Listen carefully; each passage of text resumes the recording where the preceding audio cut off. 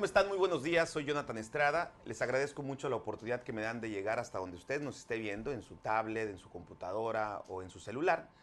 Esto es En Contrapunto, aquí en Cancún Channel, desde Cancún, Quintana Roo, en la Supermanzana 26. Y como decía, es un gusto para mí poder ir a donde ustedes se encuentran. Tengo el gusto de tener aquí en esta cabina de transmisión al Monseñor Pedro Pablo Elizondo. ¿Cómo está, Monseñor? Mucho gusto, muchas gracias El gusto es por mío. la invitación. Aquí estamos para servirte. Por primera Qué vez alegría, así es. a bendecir esta cabina que lleva ya 16 años casi de trabajo, de esfuerzos. Pues que Dios siga bendiciendo, porque al seguir tantos años y ahí como están, con esa apertura, con esa honestidad y con esa transparencia, que es lo que pues se espera de todos los medios, ¿verdad? Por supuesto, Así muchas que gracias. Felicidades, felicidades. Gracias, gracias. Lo esperamos en la cena, que ahí le vamos a decir dónde va a ser y todo. Bueno, Que nos acompañe. Gracias por la invitación. El tema que vamos a tratar con Monseñor son 500 años ya que han pasado. Usted a lo mejor no lo sabe, pero hace 500 años, un 6 de mayo de 1518, se ofició la primer misa aquí en México durante la llamada colonización, ¿no? Así es. Colonización se le llamaba por Colón, precisamente, que fue quien descubrió América. Hasta donde yo sé, se han hecho eventos regularmente en beneficio, digamos, de poder fomentar dentro de los cristianos católicos, pues este logro, esta lucha de evangelización, ¿no es así? Así es. Mira, es un acontecimiento muy hermoso, muy significativo, porque no es primera misa, sino que el lugar, el momento en que llegan los españoles por primera vez a Cozumel, que la ven el 3 de mayo y le ponen Santa Cruz de Cuzamil y desembarcan el 6 y resulta que se encuentran que están en una ceremonia maya en una pirámide. Y entonces, y venían preparados para la lucha, ya en pie de guerra, ¿no? Y se quedan cristiana occidental, que se funden tranquilamente, como con mucha tolerancia y con mucho respeto. Y eso, pues, es una cosa también, no solamente religiosa, sino cultural. Son nuestras raíces, ¿no? Claro. La raíz europea y la raíz indígena, que se funden, pues, pacíficamente. ¿Usted qué piensa de lo que nos enseñan y le siguen enseñando a los niños actualmente respecto a la evangelización precisamente católica en México? Que dentro de la conquista, obviamente vino de la mano esta evangelización y se tiñó de sangre, vaya. Fue parte de un sacrificio para poder... Esa sangre no fue por la religión. Esa sangre fue por la conquista militar política. Iba de la mano, ¿no? Bueno, la evangelización, te voy a poner un ejemplo. Hernán Cortés, cuando llega a Cozumel, dice, en esta pirámide vamos a quitar sus ídolos y vamos a poner los nuestros, porque los nuestros son buenos y los ustedes son malos. Y dijeron, no, los nuestros son los buenos, los tuyos son los malos, y si no los quitas, te vas a ahogar en el mar. Y él, como buen español, barrió esos ídolos, puso cal en la pirámide y plantó la cruz. Y estar ahí 8 días en Cozumel, eso fue en 1519, después de estar en Cozumel y haber plantado la cruz un poquito, digamos, impositivamente, los indígenas querían que se quedara Bartolomé de Olmedo, el fraile mercedario, para que les terminara de explicar la nueva religión.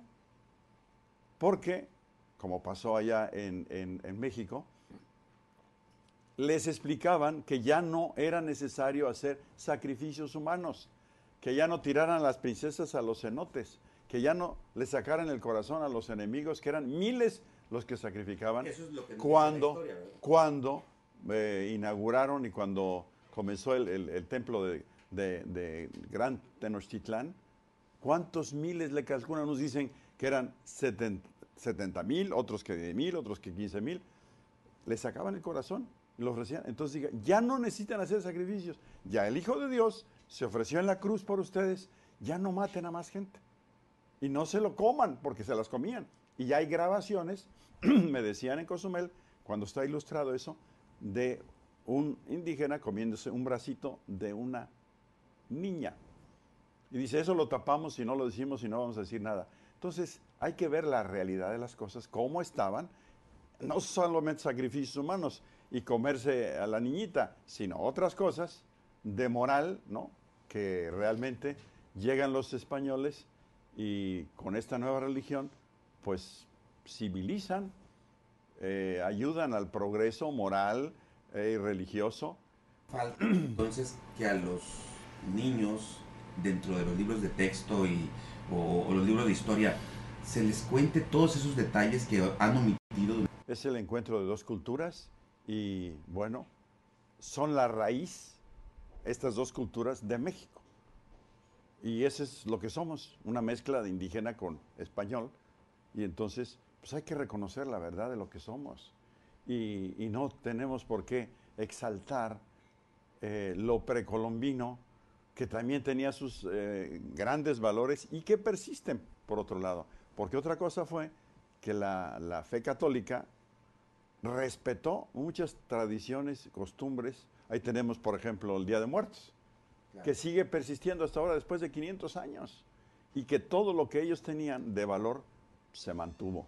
Algunas cosas las eliminaron y hubo pues esa pérdida, pero otras cosas sí se conservaron y realmente pues es una fusión de dos culturas que yo creo que es una riqueza. Sí, sin duda. Una gran riqueza. Es una gran riqueza que además, pues, obviamente, es nuestra no identidad. Nuestra identidad, efectivamente. ¿Qué representa para Cozumel en particular que sea ese el primer territorio donde se ofició la primera misa? Pues mira, para ellos en este momento están muy emocionados todos, ¿no? ¿En qué parte exactamente de Cozumel? Bajando por el muelle, donde llegan los... Pierda como 1 kilómetro, casi 1 kilómetro, antes de llegar a la entrada del aeropuerto, a la pista del aeropuerto. Ahí está la pirámide ya reconstruida, le llaman Playa Casitas, y ahí precisamente fue donde se celebró la primera misa, según toda la descripción que hacen los historiadores, sobre todo Bernal Díaz del Castillo. Y también el padre que celebró la misa, que se llamaba Juan Díaz Núñez, él hizo un librito que se llamaba El Itinerario de la Armada de Juan de Grijalva y va describiendo todos los lugares por donde pasaron. Entonces, es misa documentada y el sitio y el momento está perfectamente ubicado. Y además es precioso ahí, porque el mar es de lo más hermoso que hay. Ya ves los diferentes tonos de azul que tiene Cozumel. Y también, pues está en el malecón, ahí donde pasa mucha gente.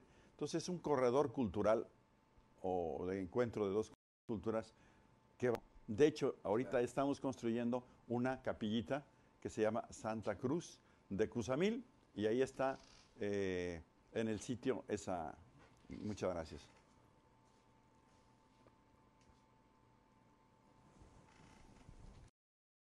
Usted disculpe, la agüita es necesaria para poder seguir hablando. Así es, gracias. Según los datos que tengo, el 18 de octubre del 2009 se colocó la primera piedra de la capilla exactamente donde fue oficiada la primera misa hace 500 años, ¿no? Así es. Y después tuvo muchos problemas porque estaba dentro del cono de aproximación de los aviones, la recorrimos y se ha ido haciendo todo el papeleo para que no haya ninguna duda que es todo legal y que todo está en regla. Es un territorio que fue federal, que después fue del aeropuerto, luego es estatal, luego municipal.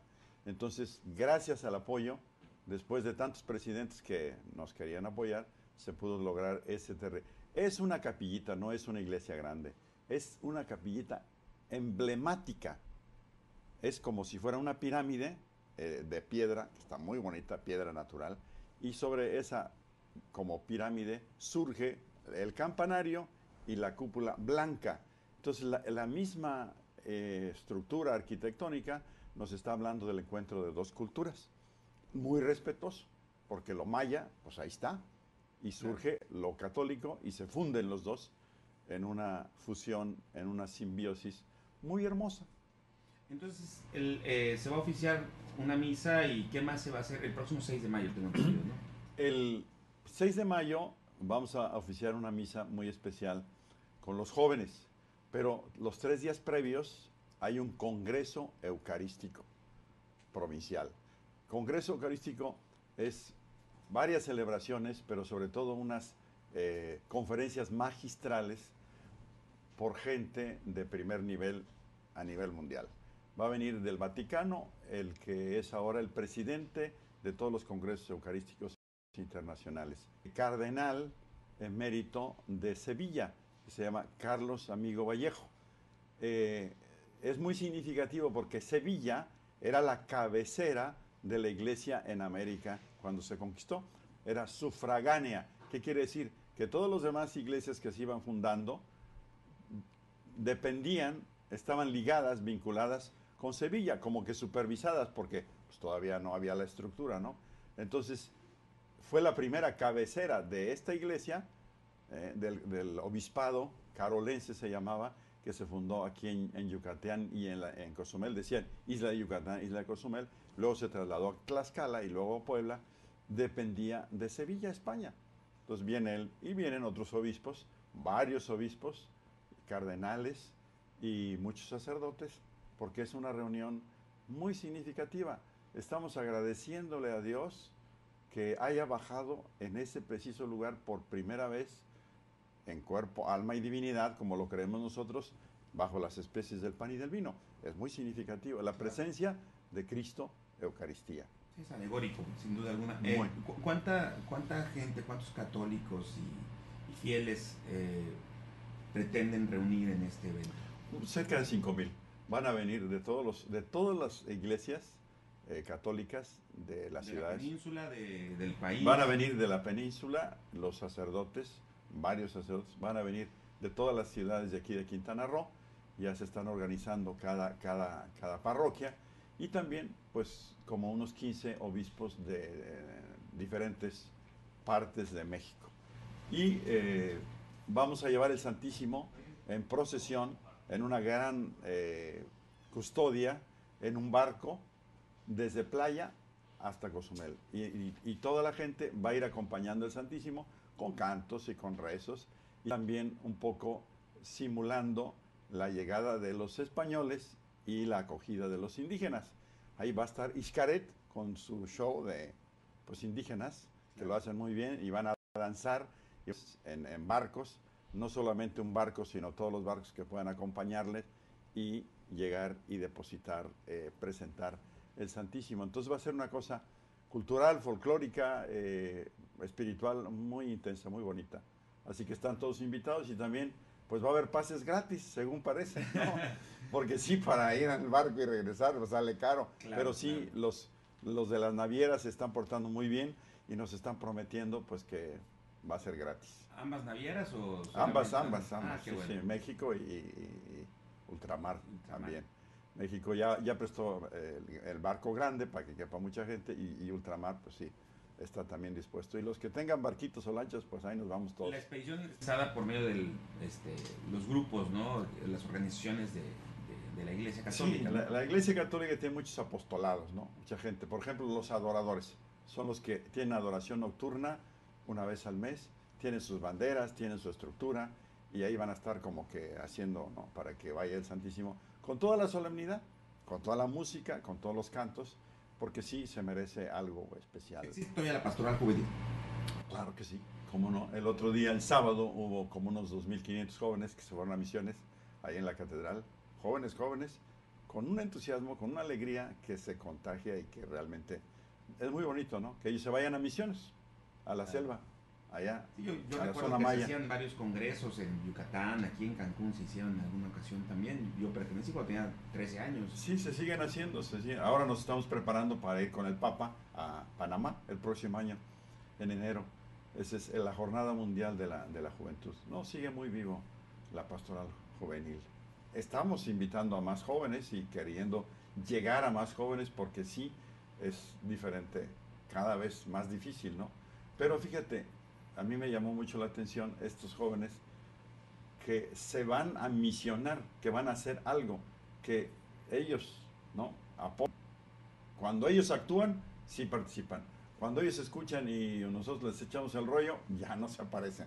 Entonces es otro modo de ayudarles a involucrarse en su fe y en el servicio que pueden dar a través de la fe a las gentes más marginadas. Claro. Porque ahorita hay un grupo que viene hasta de Michoacán y otros de Jalisco que van a los chunes, donde no hay nada, ni español hablan, y Sí, ellos están ahí haciendo una labor muy bonita. Monseñor Pedro Pablo Elizondo, recientemente el arzobispado de México cambió. Salió don Norberto Rivera y llegó Carlos Aguiar Retes. Sí. Aún no sé, bueno, por lo menos los medios de comunicación no percibimos mucho cuál es la actitud, o por decirlo de manera profana, la política de este nuevo arzobispo. ¿Por qué no comparte con nuestro público? Eh, ¿Qué esperamos nosotros o qué esperan los feligreses católicos del arzobispo Carlos Retes? Pues mira, no sé si todos sepan o no, pero yo sí lo conozco y mucho, y su política y su línea es la del Papa Francisco. Y él se ha acercado mucho ahí en Tlalnepantla últimamente a todos los jóvenes, los niños, las personas. Entonces es una línea muy según el Papa Francisco. Claro que es un cambio, es una revolución, es la revolución de la ternura, es cambiar muchas cosas y él está dispuesto a hacerlo, pero pues como que no es fácil. No es fácil como que de repente bajarse y ponerse a los gestos que ha hecho el Papa Francisco y la línea de los pobres, de la gente, de pues cómo lo concibe él y cómo lo hace. Está marcado el rumbo y este es amigo, el Carlos Aguirre es amigo personal del Papa Francisco y tiene marcada la línea, pero pues...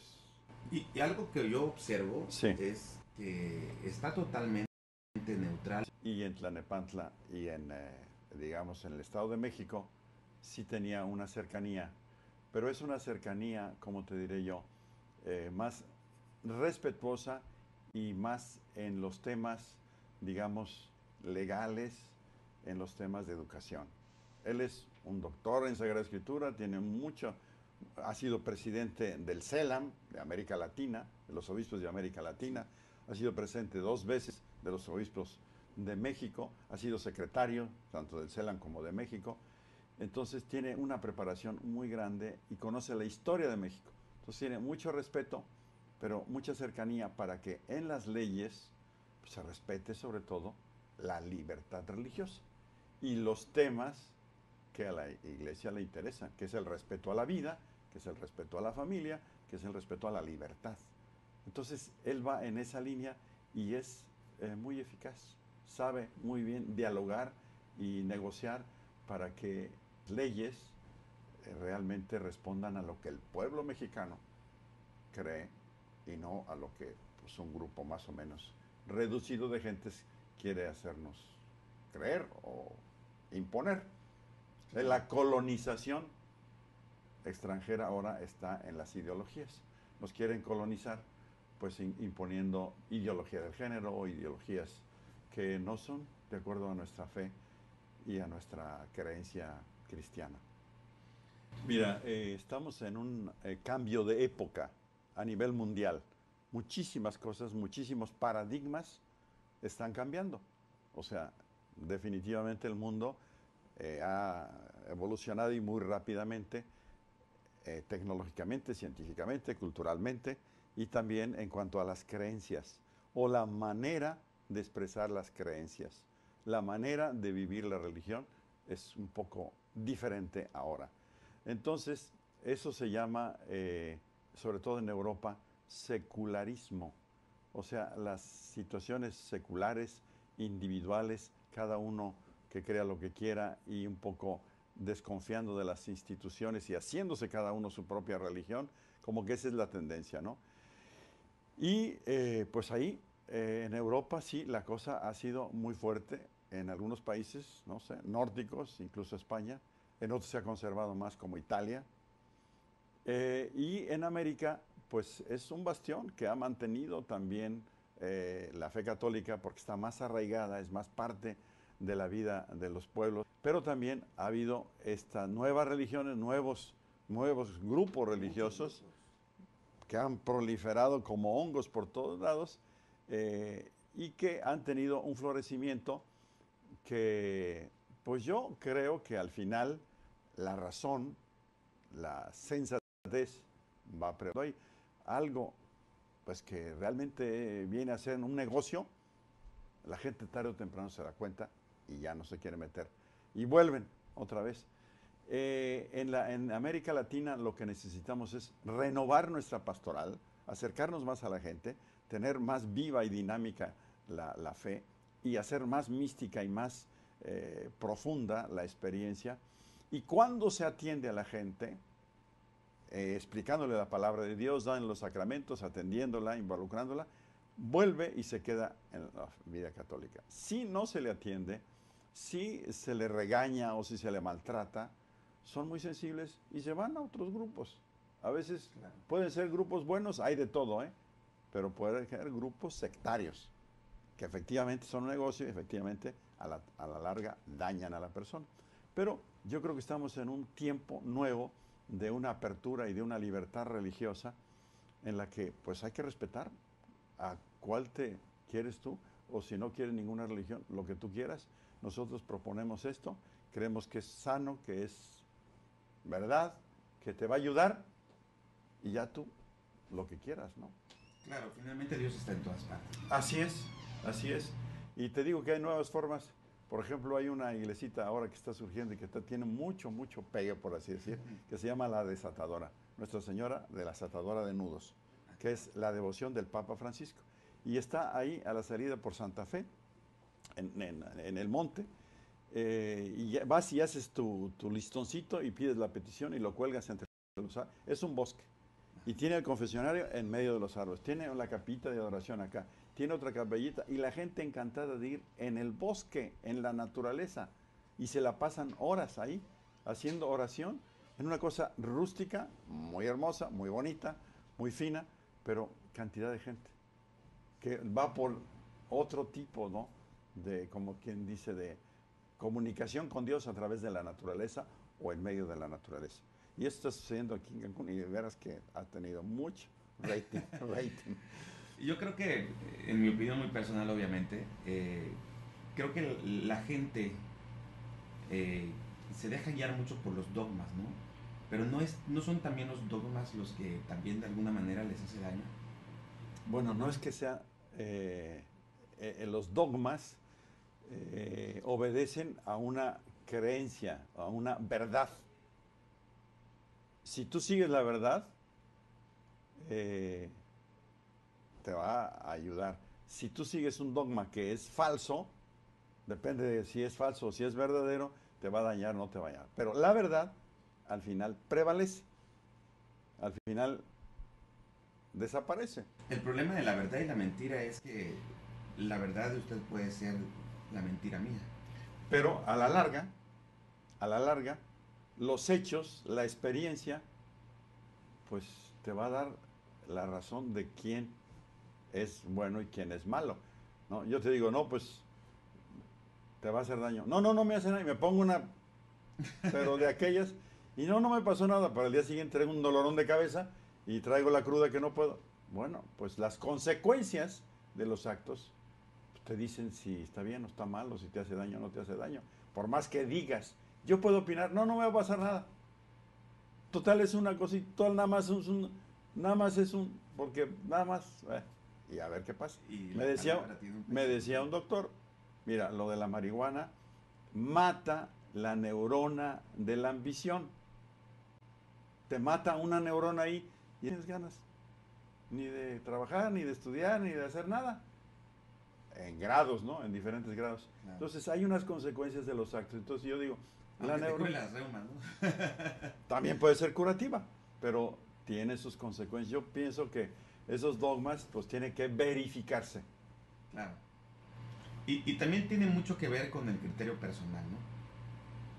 Sí, pero nosotros pensamos, y bueno, racionalmente los filósofos, hay unas verdades universales. la naturaleza funciona con unas verdades universales. O sea, la ley de la gravedad. No, pues no me voy a caer. A ver, tírate a ver si no te pasa nada. No me va a pasar nada. Me tiro. Pues es que la ley de la gravedad, ¿qué quieres? Es universal. Claro. Hay cosas que son universales, hay verdades que son universales. No todo es relativo. Escritos en la dignidad de la persona. Yo, por ser persona humana, con una dignidad, por ser un sujeto, no un objeto, nosotros decimos por ser una criatura, tengo derecho a creer o no creer lo que yo quiera. Y el gobierno no me puede imponer. Yo tengo derecho a tener hijos y a educarlos. Y el gobierno viene después. Y así varios derechos, el derecho al matrimonio, el derecho a la libertad religiosa, el derecho a la expresión, el derecho de expresión de expresar yo, la dignidad de la persona, por ser persona, tiene una dignidad, es fin en sí misma. No puede ser objeto ni manipulada por nadie, ni le pueden controlar nadie.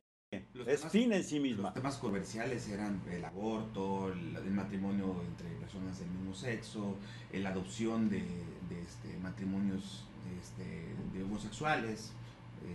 Esos eran los temas más controversiales que tienen que ver con los derechos humanos y que algunos dicen que no deben de ser sometidos al escrutinio público y otros afirman que que sí deben de ser sometidos al escrutinio público. Aquellos que dicen que no, dicen que tienen que estar en manos de los magistrados o de los legisladores o del propio gobernante. O sea, ¿tú qué derecho tienes de matar? No tienes derecho porque está afectando a otros. El otro tiene derecho. ¿Qué derecho tienes tú de matar si el otro tiene derecho a vivir? Así es. Años cuando sí existía ya la homosexualidad y existía la adopción entre homosexuales, existía ya el aborto, existían muchas cosas que hoy se han vuelto a poner en la agenda pública. Así es. ¿No? Ya existían en Babilonia, ya existían en Sodoma y Gomorra, ya existía en Grecia, ya existía en Roma. Y eso, pues, se llama decadencia moral. O se llamó, no sé ahora si va a ser o no, pero los efectos de las acciones están ahí a la vista en la historia. Claro. Entonces, si nosotros volvemos a eso, nos va a pasar lo que les pasó a ellos. ¿Qué les pasó a ellos? Pues lee la Biblia. Sí, claro. A ver qué les pasó. Yo sí pienso, sí, podemos decir lo que queramos decir, pero yo creo que la palabra de Dios que está en la Biblia se realiza, no solamente nos ilumina, sino que todo lo que pasó es lo que sigue pasando y lo que va a pasar. O sea, según la palabra de Dios, así es.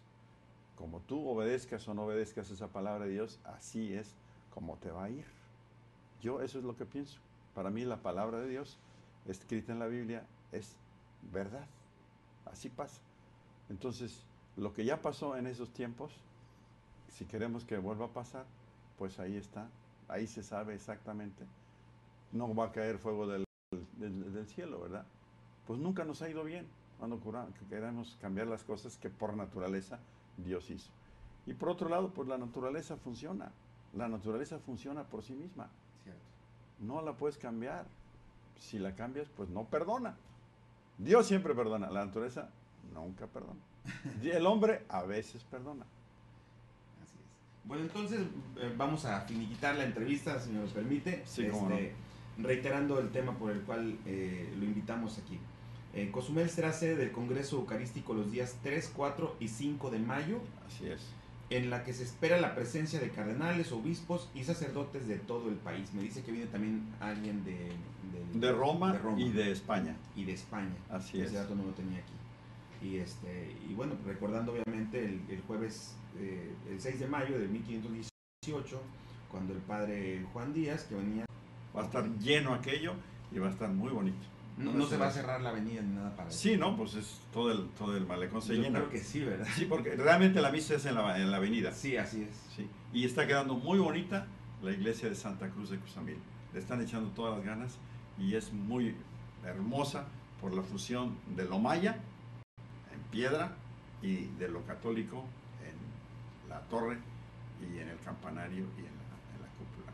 Así que todo es gratis. Allá estaremos transmitiendo nosotros también. Muchísimas gracias. Por supuesto que sí, vamos a transmitir en vivo las actividades más importantes, más relevantes de de esos 3 días, ¿no? 3 días, 4 sí. y 5 de mayo. Así es. En la isla de Cozumel. Muy bien, pues muchísimas gracias, Gracias a Jonathan. ustedes por venir aquí a la televisora Cancún Channel. Gracias a ustedes por haber seguido de cerca esta entrevista. Y bueno, pues quien no lo ha visto en vivo lo puede seguir viendo en nuestras plataformas de Cancún Channel y Contrapunto Noticias. Muchísimas gracias. Que Dios te bendiga mucho, Jonathan. Hasta pronto. Hasta luego. Gracias.